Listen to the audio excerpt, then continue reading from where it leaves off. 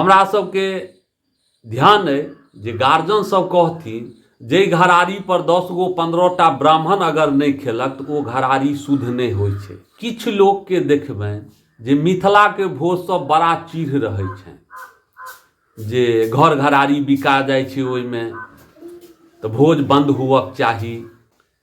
किछु लोग के कमेंट सब करैत रहे छै, जे केओ अगर भोज भात के वीडियो बनबै छथिन तो हुनका सब पर कमेंट करैत रहे छथिन जे ई भोज भात बंद हुअक चाही, ऐसा घर घरारी बिका जाइ छै।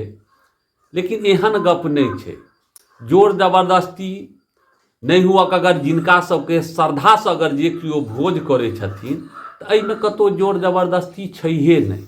हाँ, ओहिमे कहब जे किछु किछु गलती होइ छै, जेना पाँत में बैसल छै सब आदमी आ एक जगह पाँत में एहि दुआरे बैसै छथिन जे एना तो नहीं केओ एक जगह बैसै छै, लेकिन पाँत में जे बैसै छथिन तो नीक बेजाय सब ओतबे काल में एगो प्रेम के स्नेह के लोक अपन अपन दर्शा दै छथिन। एहे लको मिथिला के भोज महान छै। हाँ, ओहिमे एगो करे जाइ छथिन कि जे भोजन अहाँ कऽ लेलहुँ, भोजन केला के बाद आब अहाँ उठऽ वाला छी।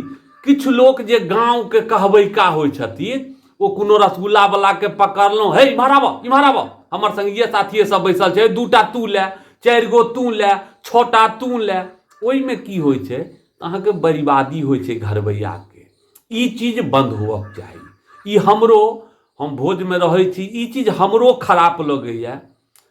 अगर जे केओ एहन व्यक्ति छी तो जहन अपन भोज होइया तखन 10टा 20टा के अहाँ छिटने चलू तो नीक रहत। अनकर भोज में नहीं जइयो ई 10टा लऽ ले 5टा लऽ ले, ई ठीक नहीं होइ छै। तैं लऽ कऽ भोज केओ जोर जबरदस्ती से नहीं होइ छै, अपना इच्छा होइ छै तखने केओ भोज या तो गाँव करी या टोल करी या जवार करी। अपना जखन इच्छा होइ छै, हमरा सब दिस तो यह होइ छै, अपना अगर इच्छा है तखने लोक भोज करे छै।